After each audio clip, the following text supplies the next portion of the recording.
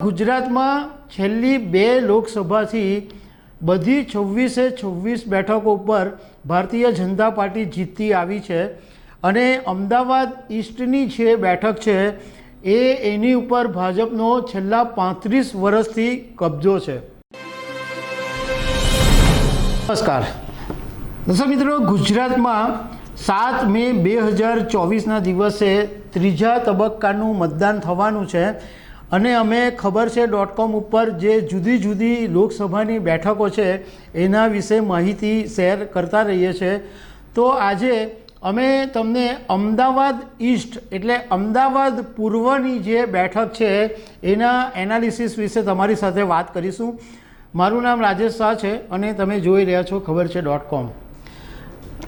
દર્શક મિત્રો, ગુજરાતમાં છેલ્લી બે લોકસભાથી બધી 26 બેઠકો ઉપર ભારતીય જનતા પાર્ટી જીતતી આવી છે અને અમદાવાદ ઈસ્ટની જે બેઠક છે એની ઉપર ભાજપનો છેલ્લા 35 વર્ષથી કબજો છે।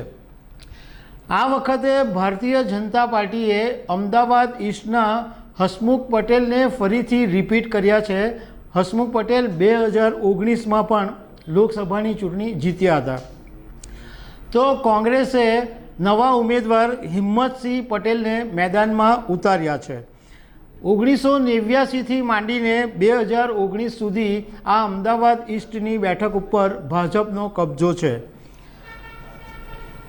આ અમદાવાદ ઈસ્ટની જે બેઠક છે એમાં અમદાવાદના ગ્રામ્ય વિસ્તારો અને અમદાવાદ જિલ્લાનો વિસ્તાર આવે છે। હવે 2004 પહેલાં આ જે બેઠક હતી એ માત્ર અમદાવાદ બેઠક કહેવાતી હતી। એટલે 2004 પહેલાં એ નહીં તો અમદાવાદ ઈસ્ટ હતી કે નહીં તો અમદાવાદ વેસ્ટની બેઠક હતી। 2009 પછી બેઠક જુદી થઈ અને એક બેઠક છે એ અમદાવાદ ઈસ્ટની બની અને 2009ની અંદર ભારતીય જનતા પાર્ટીના ઉમેદવાર હરીન પાઠકે કોંગ્રેસના ઉમેદવાર દીપક બાબરિયાને હરાવી દીધેલા।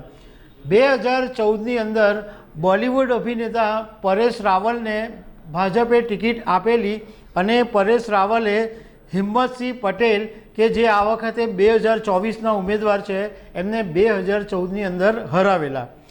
2019ની અંદર ભાજપે હસમુખ પટેલને ટિકિટ આપેલી અને એમની સામે ગીતાબેન પટેલ હતા કોંગ્રેસના, એ હારી ગયા હતા। આ વખતે અમદાવાદ ઈસ્ટની બેઠક ઉપર કોંગ્રેસે એક ઉમેદવારને ટિકિટ આપી દીધેલી, એનું નામ જાહેર કરી દીધેલું। એમનું નામ હતું રોહન ગુપ્તા, પરંતુ રોહન ગુપ્તાએ ચૂંટણી લડવાની ના પાડી દીધી હતી અને થોડા દિવસો પછી રોહન ગુપ્તા ભારતીય જનતા પાર્ટીમાં જોડાઈ ગયા એટલે કોંગ્રેસે ફરી એ ટિકિટ હિંમતસિંહ પટેલને આપવી પડી। હવે આ અમદાવાદ ઈસ્ટની જે બેઠક છે એમાં ઘણા બધા દિગ્ગજ નેતાઓ સાંસદ બની ચૂક્યા છે। ગણેશ માવલંકર, ઇન્દુલાલ યાજ્ઞિક એવા મોટા મોટા નેતાઓ આ બેઠક ઉપરથી ચૂંટાયા છે। 1951ની અંદર કોંગ્રેસના ઉમેદવાર ગણેશ માવલંકર લોકસભાના પહેલા સ્પીકર બનેલા હતા। હવે આ જે અમદાવાદ ઈસ્ટ છે એમાં ટોટલ 7 વિધાનસભા આવે છે। એક છે દહેગામ, બીજું ગાંધીનગર સાઉથ, ત્રીજી વટવા, ચોથી નિકોલ, પાંચમી નરોડા, છઠ્ઠી ઠક્કરબાપાનગર અને સાતમી બાપુનગર।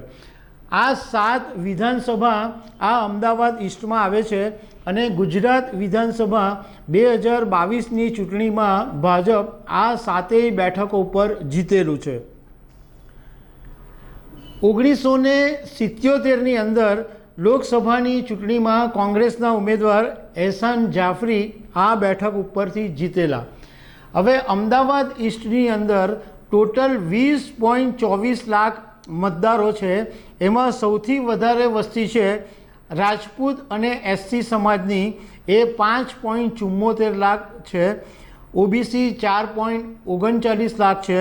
પટેલની વસ્તી 2.89 લાખ છે।